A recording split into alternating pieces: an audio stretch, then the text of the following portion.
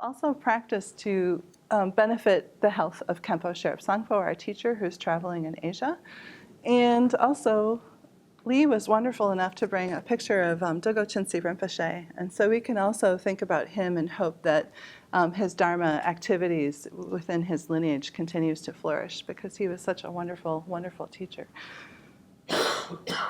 And also keep in mind the people, animals for whom you're also practicing. So last time we practiced White Tara, we examined more deeply what it means to take refuge in Tara and her mandala. And today we are continuing to look more deeply into sections of our White Tara practice by examining what it means to generate bodhicitta. Bodhicitta is the enlightened mind or wisdom expressed as compassion. And we generate bodhicitta in our White Tara practice by reciting the lines directly after refuge, which are, for the benefit of all sentient beings, in order to obtain the state of perfection, I shall practice the sadhana of Tara. In the first line of this aspiration prayer to generate bodhicitta reminds us for whom we are practicing. We are practicing this sadhana, this meditation practice of Tara, to benefit all sentient beings, including ourselves. And the second line, in order to obtain the state of perfection, tells us why we're practicing and how long we're going to be practicing. So we're meditating on Tara to obtain a state of perfection, or what in Buddhism is called enlightenment. Enlightenment is symbolized in this sadhana by White Tara as the full flowering of unconditional love, expressed as the vital energy of life, this is ire, wisdom into the nature of reality, jhana, and all that grants blissful joy and liberation from suffering, and this is punya. So when we're doing the long life mantra, these are the aspects of Tara that we're generating, and also the aspects of Tara's enlightened energy that we're asking to increase in ourselves, in others, and on this planet. So for the benefit of all sentient beings, in order to obtain the state of perfection, I shall practice the sadhana of Tara. So these three lines express the vast and profound motivation of a bodhisattva, a courageous being for whom it is unbearable that other beings would suffer, and who vows continually and unconditionally to liberate any beings from all forms of suffering. So bodhisattvas are beings who are awake, and they're awake to their own capacity to help others. They're awake to their own capacity that is their buddhanature. And they own up to their infinite capacity to help others and their own infinite interconnectedness with others. So own up means to take responsibility, to not wait for another to step up to the plate, but to accomplish what they can to the best of their ability. So we are all bodhisattvas right now. We can own up to our ability to help others now. And since a bodhisattva is the expression of wisdom and compassion united, we can step up with our intelligence that recognizes what we can do. We can recognize when we need to refrain from action because our actions would harm others. And so our wisdom knows when to act and when to refrain from action. So when our teachers talk about the union of wisdom and compassion, they're oftentimes also referring to skillful means, which is knowing skillfully in the moment what can and can't be done, and knowing skillfully in the moment what should or shouldn't be done. And so as bodhisattvas, or bodhisattvas in training, if you still want to keep your training wheels on, which maybe that's very realistic for all of us, we can use our wisdom combined with our energy of compassion to really know what we can and we can't do. But in this sadhana, when we say the aspiration prayer to generate bodhicitta, we really need to generate on a vast and profound scale. And so at that moment, we need to let go of some of our limitations that we set up for ourselves of what you can and can't do, and to at that point fully enter into a really vast and profound expression of bodhicitta. For the benefit of all sentient beings, in order to obtain the state of perfection, I shall practice the sadhana of Tara. So these three lines are vast because they encompass the wish to remove the suffering of all beings, and profound because they express that we want to be the ultimate form of help. We are expressing our wish to be the embodiment of perfect enlightened activity to benefit everyone unconditionally at all times and in all places. So this is a really vast view. I mean, this is profound. And, when I think about it, it is really humbling actually to be practicing on the path. But at the same time, if we don't have that kind of vast view, we won't have a vast goal and we'll never walk this profound Dharma, this profound path of Dharma. So we need in some ways to be two places at once. We need to be at the start of our path exactly where we're at right now. And we also need to be in some ways holding a view that sees that the realization of full enlightenment is possible. And it's not only possible, it's here right now. So at this point, you might think that Buddhists are a bit crazy and that we all have Messiah complexes. And certainly I think in psychology or in our psychiatric circles today, most people would say that this type of view is crazy and that it is a Messiah complex. But in a way, we're not crazy at all. And this has to do with the view of Buddhism. Because when you really start looking at the nature of reality, you see that we're all already completely interdependent with one another. We are existing interdependently, and that only concepts of self and other separate us from experiencing this reality of interdependence. So, and if you truly knew and experienced your connection with other beings, why wouldn't you want to help them? And I think this is a really important, question. Why wouldn't you spontaneously, if you really experience the connections that you have with people, why wouldn't you want to spontaneously help? So in this way, this craziness of this vast, profound view is balanced out by this tremendous insight that we can gain by practicing interdependence or looking at emptiness. And so I think in that way, it is in some ways crazy because the ways of the world are crazy to the view of the Bodhisattvas. But at the same time, we're also in some ways turning ourselves upside down when we practice Buddhism and looking things from a different perspective.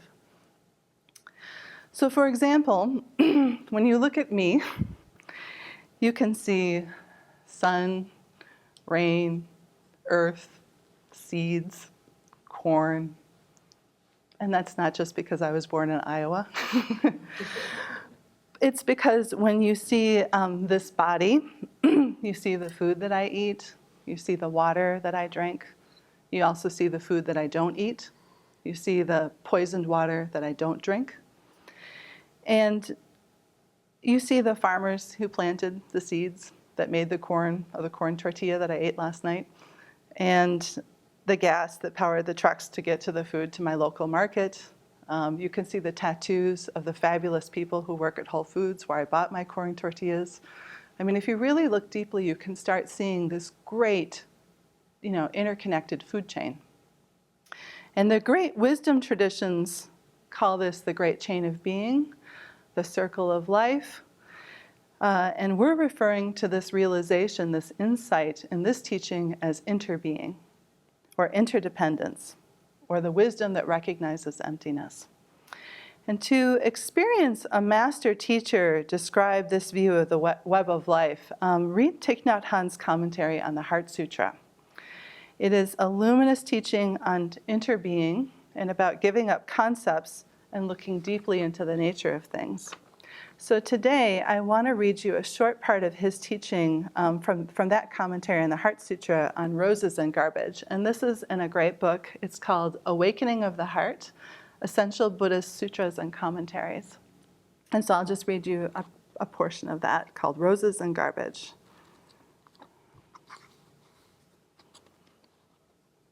So imagine this incredibly wonderful Vietnamese monk, teacher, great master, great bodhisattva, Thich Nhat Hanh, sitting up here and reading this to you, because I truly hope I can convey the spirit that he wrote this in.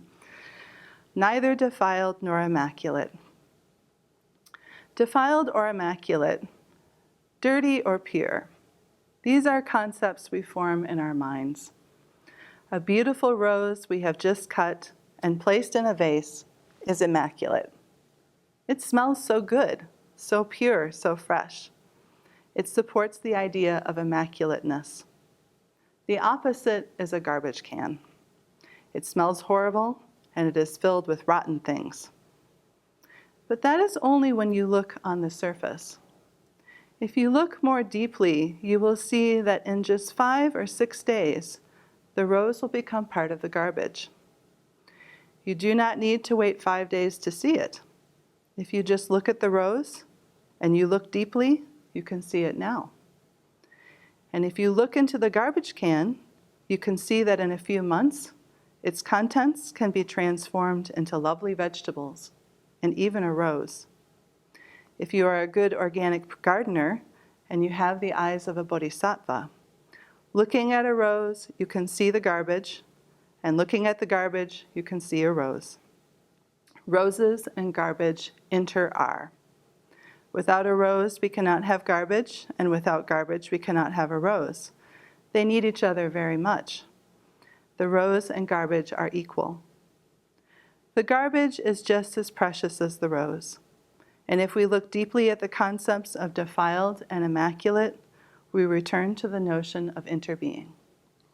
So that's one of his teachings of many on the Heart Sutra, on form as emptiness, emptiness as form in this book, and it's really wonderful.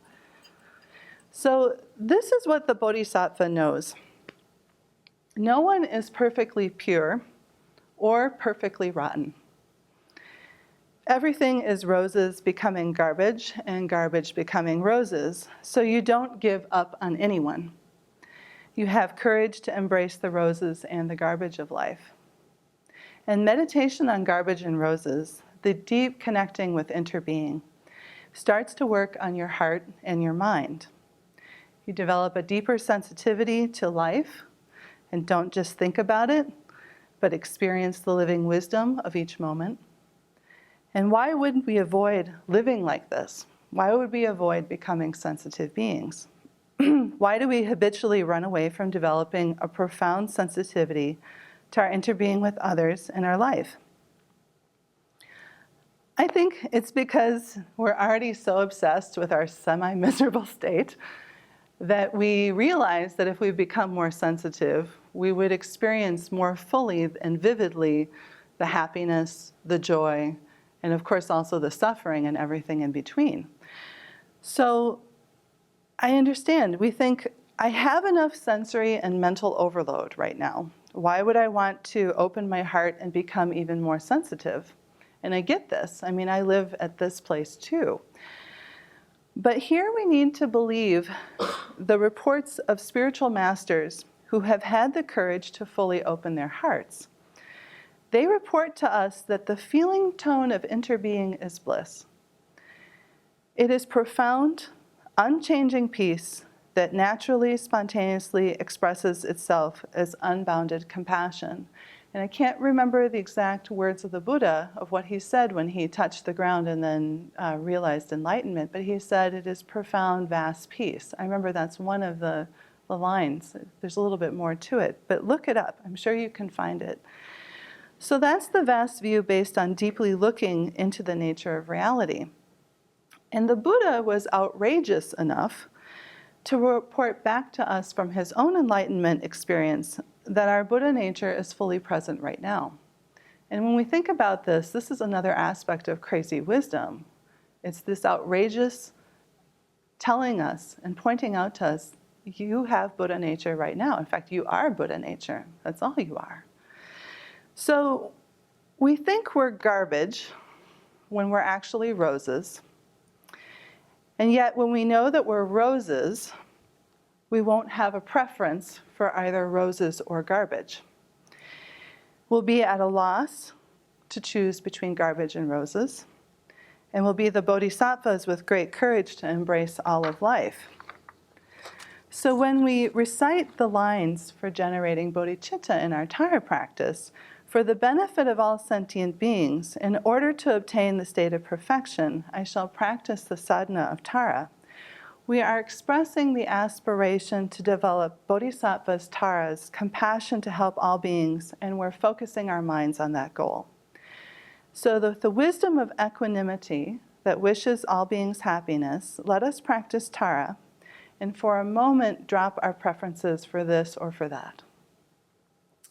And imagine ourselves as Bodhisattva beings who embrace all phenomena like a mother who is at a loss to choose between her rose children and her garbage children. So this is the mother energy that we need on this planet right now. We need the mother energy that pushes us right now to be more generous with those who are suffering and to step up to the plate and use our thoughts, our energy, our resources, everything that we have on this planet more wisely. We need this type of crazy bodhisattva wisdom and this type of selfless engagement. Selfless does not mean weak. And I think there's a big misconception in our culture that if you're selfless, you're a martyr and you're weak. And I think that this has really got to change. This is like me sitting up here saying, this has got to change. Because selfless people are courageous people. They are people who recognize themselves in the face of others. And through so many examples have, taken danger upon themselves to really care for others like they care for their own hearts. And, when we read, magazines, or we watch TV, or we listen to the radio, or we look at things in the media, we constantly think, this world is just in trouble. And that's one appearance of it. But another appearance of it is there are all these amazing people who are doing things every day to help one another. We have a tremendous amount of bodhisattvas on this planet. But we just don't realize it. We don't see it because we're kind of overwhelmed by this mantra of, think about yourself, think about yourself, think about yourself, take care of yourself, take care of yourself. And, we need to do that. There's no doubt that we need to do that. But we don't hear enough that taking care of ourselves means really being interconnected with other people. And that when you start to think about other people, the first person who benefits is yourself. You get to release some of this incredible tension that we all hold about the fact that I am alone in this world. I have to be afraid all the time. People are going to attack me. People are going to take my money. People are going to take my job. All this tremendous amount of grasping that we have at the fear that the world that we live in is not a friendly place. And so in some ways what bodhisattvas do is they mirror back to people the fact that things are okay. We can help each other. And so when you find people who are, spontaneously smiling you in the grocery store, and you're like, wow, look at that. They just gave me a piece of their joy. That's the bodhisattva in action. So that's a little bit of this energy that I think that when we say this aspiration prayer for the benefit of all sentient beings, in order to obtain the state of perfection, I'll practice the sadhana of Tara. That's the energy of the bodhisattva. That's the energy of bodhicitta that we're plugging into at the moments of reciting that prayer. And that energy is really profound and vast love, which is unconditional. And when we experience that, so much just falls away. Life becomes so much easier. Life flows so much better because we just get the pleasure of stopping to having to pick and choose who we're going to be compassionate towards, what situations we're going to practice compassion. Just set that motivation and you just do the best you can in each situation as it arises. And suddenly it's like, there's nothing else to do. I've already made up my mind. I've already generated bodhicitta. I'm just going to do it. And of course, then we fall on our noses again and again. But that just awakens us more and more. So that's my wish, that we all develop, great courage, and that when we say this aspiration prayer, that we just really see ourselves as it right now and do it to the best we can. It's such a simple prayer. It's Tara in 3 lines. We could just sit and say this aspiration prayer, and if we really, really have gotten into it, we've already practiced Tara, the entire sadhana, right in 3 lines. So thank you for listening to me, and now let's practice together.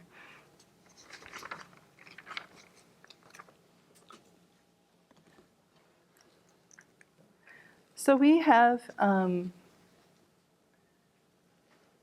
half an hour at this point to practice, and I also want to keep some time for discussion. So we're going to practice a bit more swiftly. We're going to be like Tara and be the swift ones today. So I'll prompt you, but I won't give as much guidance on what to visualize at the times. But if you have questions afterwards, we can certainly talk about it. So let's do refuge 3 times. And does everybody have their practice texts? Yeah, there you go. Okay. I and all sentient beings take refuge in the Buddha, Dharma, Sangha, Tara, and her mandala. I and all sentient beings take refuge in the Buddha, Dharma, Sangha, Tara, and her mandala. I and all sentient beings take refuge in the Buddha, Dharma, Sangha, Tara, and her mandala. Bodhicitta 3 times. For the benefit of all sentient beings, in order to obtain the state of perfection, I shall practice the sadhana of Tara. For the benefit of all sentient beings, in order to obtain the state of perfection, I shall practice the sadhana of Tara. For the benefit of all sentient beings, in order to obtain the state of perfection, I shall practice the sadhana of Tara. Prayer of the 4 boundless qualities 3 times. May all sentient beings have happiness and the causes of happiness. May they be free from suffering and the causes of suffering. May they never be apart from the sublime bliss that is free from suffering. And may they remain in a state of equanimity, free from attachment and aversion to those near and far. May all sentient beings have happiness and the causes of happiness. May they be free from suffering and the causes of suffering. May they never be apart from the sublime bliss that is free from suffering. And may they remain in a state of equanimity, free from attachment and aversion to those near and far. May all sentient beings have happiness and the causes of happiness. May they be free from suffering and the causes of suffering. May they never be apart from the sublime bliss that is free from suffering. And may they remain in a state of equanimity, free from attachment and aversion to those near and far. Front generation of White Tara will say the Shunyata mantra, which I'll just remind you briefly. It means all is emptiness. Everything is emptiness.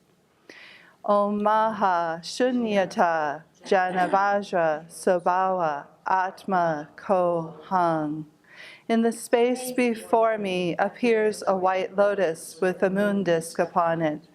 The love and compassion of all enlightened beings appears from this as noble wish-fulfilling Tara. She sits on a lotus and moon cushion, a luminous moon halo at her back. Youthful and radiant, her right hand gestures in an invitation to liberation. Her left hand, holding an Utpala flower, indicates the protection of the 3 jewels, giving courage and assurance to those dominated by fear. We'll do the mantra recitation, longevity practice, and healing activities. Brilliant light radiates from the syllable Tam within her heart, collecting back the essence of inexhaustible vitality and powerful blessings of body, speech, and mind. Energy streams forth from Tara's heart and body. I and all beings absorb this nectar of light and are cleansed, revitalized, obtaining the realization of deathlessness. Okay, we'll recite together 100 of the Om Tare Tu Tare Tu Re Soha mantra of Tara. Remember that this mantra is calling her name. Her name as Tare means the swift one, the noble lady who has made the aspiration to help anyone remove any of the 8 great fears, and to also help with any mundane and spiritual matters. So when you say Om Tare Tu Tare Tu Re Soha, you're calling on her to be present with you. And you also in some ways can visualize yourself as, through the mantra, putting this energy of enlightened courage, this energy of enlightened compassion into the world. So you can see yourself as calling her, but at the same time with the sound of the mantra, imagine that these waves of energy of compassion are going out from the sound of the mantra that you're reciting. So I'm going to start the mantra and then join in as soon as you feel like you'd like to. Om Tare Tu Re So Ha. Om Tare Tu Re So Ha. Om Tare Tu Re So Ha. Om Tare Tu Re So Ha. Om Tare Tu Re So Ha. Om Tare Tu Re So Ha. Om Tare Tu Re So Ha. Om Tare Tu Re So Ha. Om Tare Tu Re So Ha. Okay, take a moment to re-establish your visualization before we do the long life mantra. Re-establish your visualization of Tara. If you're not seeing all of the details of Tara, focus mostly on this radiant, multicolored crystal rainbow light that's coming out of her. And if you can, think of that light expanding, that on each of the edges of the light rays, there's another Tara. And on each of the edges of the other Tara, there's more light rays and more Taras and more Taras. And just expand things out as that. And hold that feeling of this infinite light rays of love and compassion going out. And let's recall to mind briefly Laurie and her mother, Anne McFadden and her father, both of their families. Think about Khenpo, Sherab, Sangpo, our aspiration to support Dilgo Chensi Rinpoche's dharmic activities through his lineage, and anyone else that you're practicing for, any animal that you're practicing for. So take a moment and just to reestablish that and think about those people.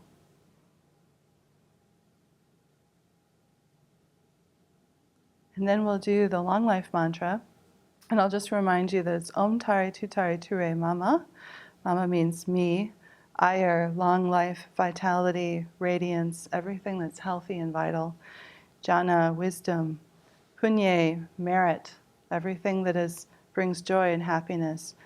Pitong, Kudure, Soha, increase this in my life. And so when you say this, you're saying it on behalf of yourself. But again, think of yourself as being interbeing with all other sentient beings. So when you're asking this for yourself, you're also asking that all of these things be increased in our planet, in our whole web of life that we share together.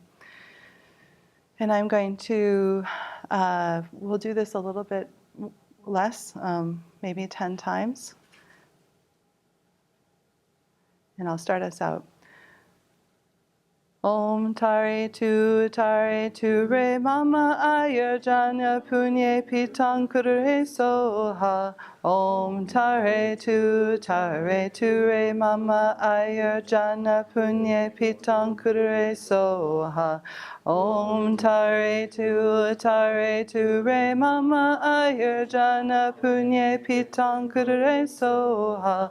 Om Tare Tu Re Mama Ayur Jana Punye Pitang Kudure Soha. Om Tare Tu Re Mama Ayur Jana Punye Pitang Kudure Soha. Om Tare Tu Re Mama Ayur Jana Punye Pitang Kudure Soha. Om Tare Tu Re Mama Ayur Jana Punye Pitang Kudure Soha. Om Tare Tu Re Mama Ayur Jana Punye Pitang Kudure Soha. Om Tare Tu Re Mama Ayur Jana Punye Pitang Kudure Soha. Om Tare Tu Re Mama Ayur Jana Punye Pitang Kudure Soha.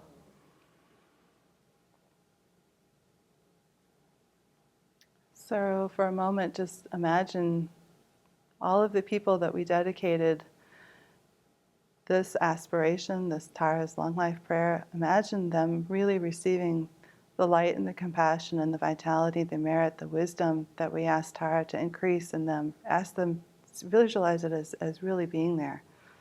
as having entered into their bodies, entered into their hearts, into their minds.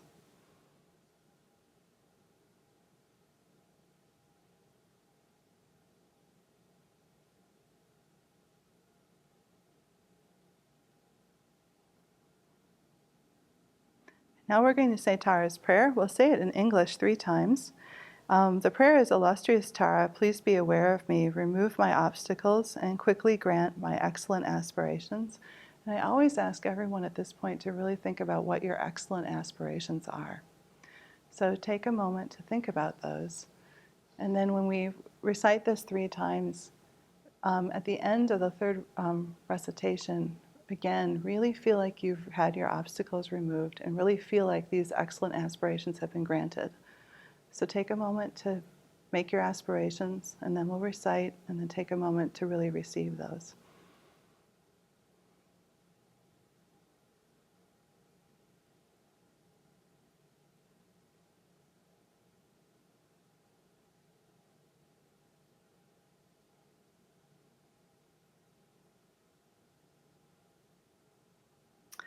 Three times with me. Illustrious Tara, please be aware of me. Remove my obstacles. Quickly grant my excellent aspirations. Illustrious Tara, please be aware of me. Remove my obstacles. Quickly grant my excellent aspirations. Illustrious Tara, please be aware of me. Remove my obstacles and quickly grant my excellent aspirations.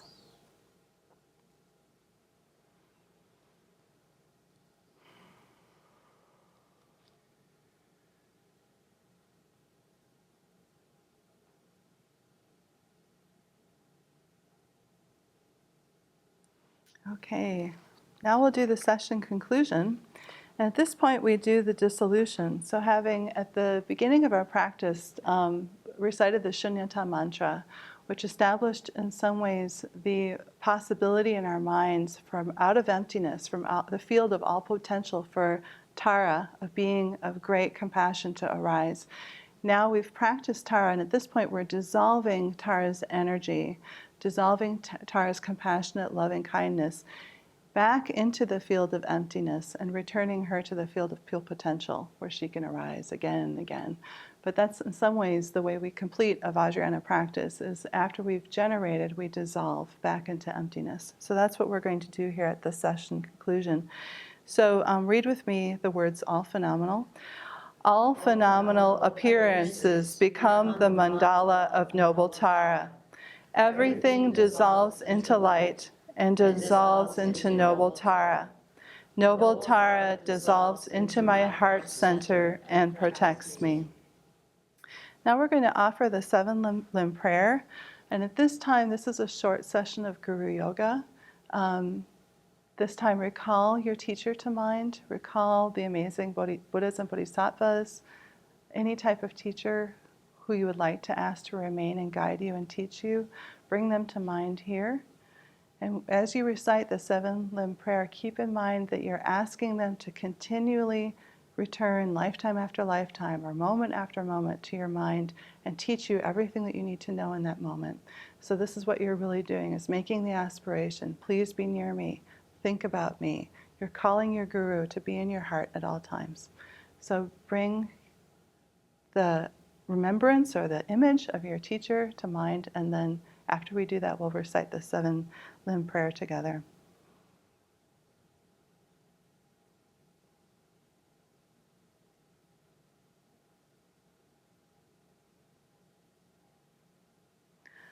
I bow down in body, speech, and mind. I present offerings both actually arranged and mentally created. I purify all deluded actions. I rejoice in all pure activities. I request you to remain until total enlightenment. I request your wise and compassionate guidance, and I dedicate my merit for the benefit of all beings. At this point, you can also, in some ways, visualize the rays of lights as blessings. So if you know that practice, if not, visualize white light coming out of the forehead and crown chakra of your guru, entering into your forehead and your crown chakra. Visualize red light coming out of the throat of your guru, of your teacher, entering your throat. Visualize blue light coming out of the heart center of your guru, of your teacher, entering your heart center, and know that through the white Om, the red Ah, the blue Hung, that your body, your mind, your body, your speech, and your mind have received the blessings of the wisdom body, the wisdom mind, the wisdom speech of your guru. So take a moment to visualize that.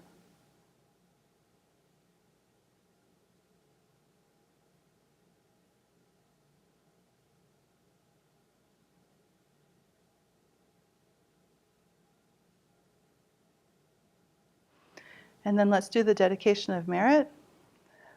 By this virtuous practice, may I quickly attain the realization of noble Tara. Accomplishing this, may I liberate all sentient beings without exception into the same realization. Closing prayers, the first two once, and the last one 3 times. May I attain in each and every life the sublime virtues of existence and peace. May I pursue the flawless mindset of altruism, working for the welfare of others on a vast scale. Through this very merit of mine, may every single sentient being eliminate all forms of negativity and practice virtue forevermore. May Supreme Precious Bodhicitta take birth where it has not arisen.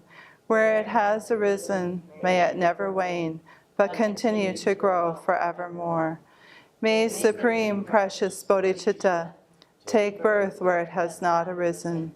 Where it has arisen, may it never wane, but continue to grow forevermore.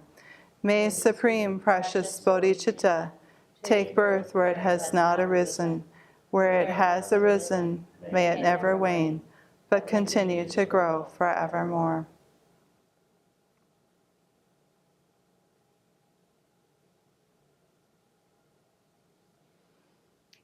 Okay, thank you for practicing.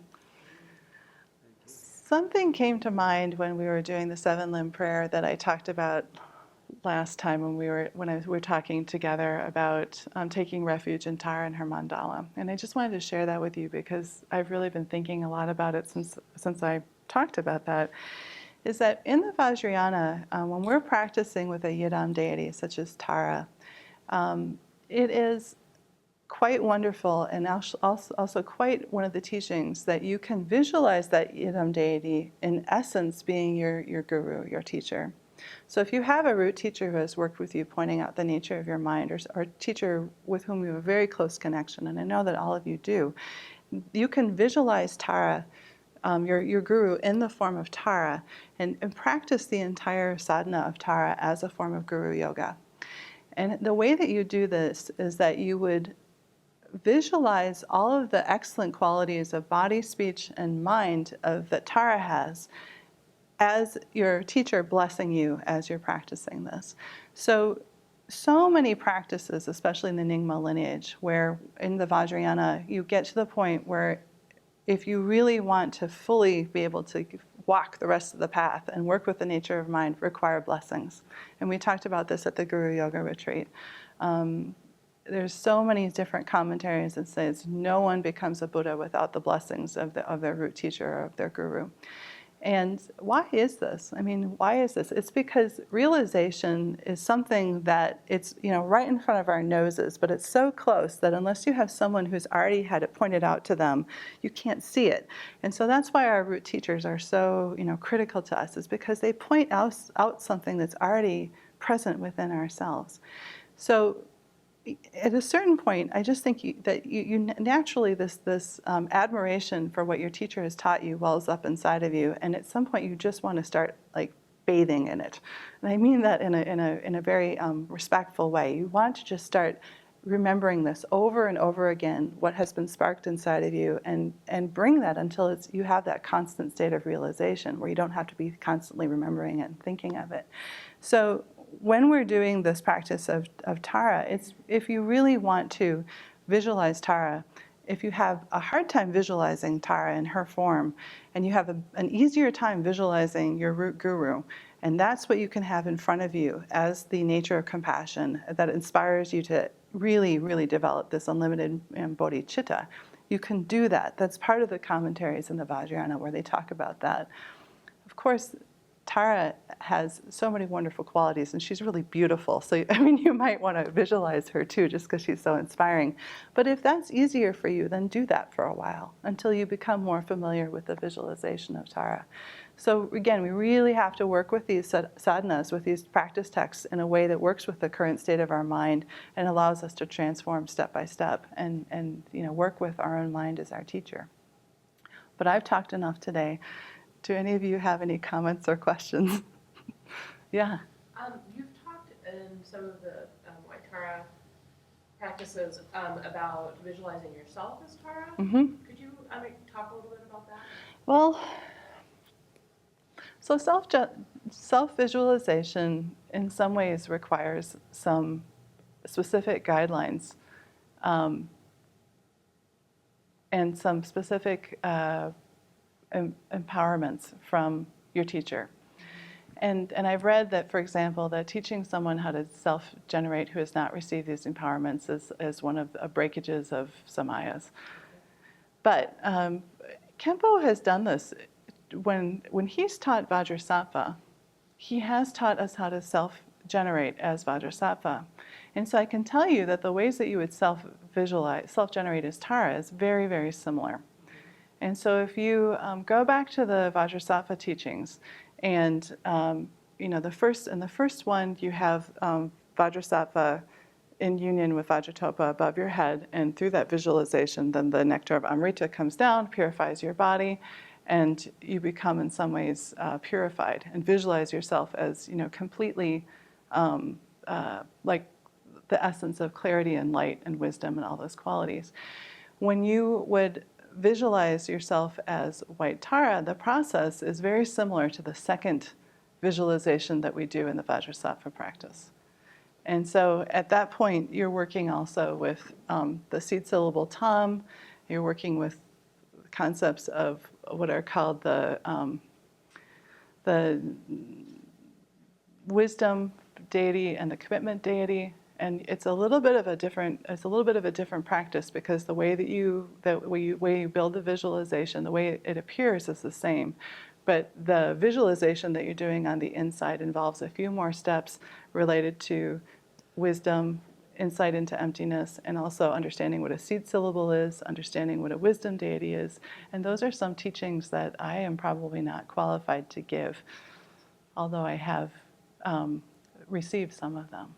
So that's something that we should ask Khenpo to teach us when he does the White Tara retreat in his next teaching cycle. Because I think it would be better to receive those teachings directly from him than from me. So, any other questions? You all look so bright and shiny and happy. That's the power of Tara practice. I just wanted to reflect that back to you. Well, if not, it's 11:25. We'll just end 5 minutes early. And I thank you all for coming and sharing your bright, shining faces and practicing Tara. And just is such a joy. So thank you so much. Thank you. This is On to you. Wonderful.